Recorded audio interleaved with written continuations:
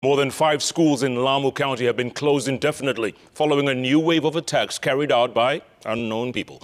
Now, a majority of learners in the affected areas were forced to return home after reopening school earlier in the year. This, as Education Cabinet Secretary Professor George Magoha assured the country that all candidates will sit for their national examinations. Magoha says special consideration will be accorded to learners from areas that have been affected by insecurity. Let's get more from our very own Raquel Mwiga. Frequent attacks in Lamu County have not only affected ordinary lives of the residents there, but also the education of their children, a majority of them having not yet resumed school. Most of the schools affected are within the villages of Mkunumbi ward, this being Juhudi, Salam, Widhu, Holy Angel and Marafa primary schools. The locked-up classrooms and freely roaming goats tell clearly of the current situation in these schools. Here at Juhudi Primary, the students were forced to return home soon after reopening school this year. Tangu wafungue, watoto kulipikwa ya kwanza, watoto wakakuja shule, wakati iliongezeka kama wiki moja. Wakati iliongezeka sasa, hakuna mtoto amekanyanga shule, sababu kila mtu sasa ako katika hofu. Tutafanya nini? Tutaanzia wapi? Tutamalizia wapi? The uncertainty arising from the current security situation, forcing many to leave their homes in search of safer places like schools.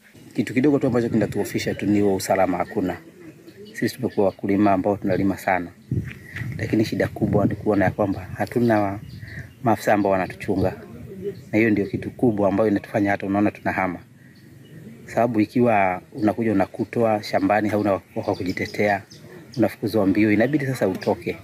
Education Cabinet Secretary Professor George Magoha has, however, assured every candidate of sitting for their national examination, despite the issues of insecurity in some regions like Lamu. The remarks coming barely 2 months before the national examinations set for March this year. Examination will be administered to all children.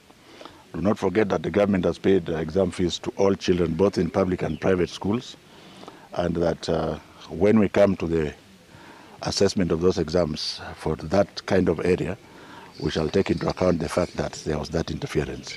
According to an earlier meeting held by Interior Cabinet Secretary Dr. Fred Matiang'i and the county leaders, ethnic profiling linked to elections, the looming voter registration and land disputes were listed as the primary causes of the latest attacks and displacement in Lamu. Dr. Matiang'i warning that the government will prosecute leaders and recommend to the Independent Electoral and Boundaries Commission that they be barred from contesting in future elections if evidence pointed to their involvement in sponsored or incited violence.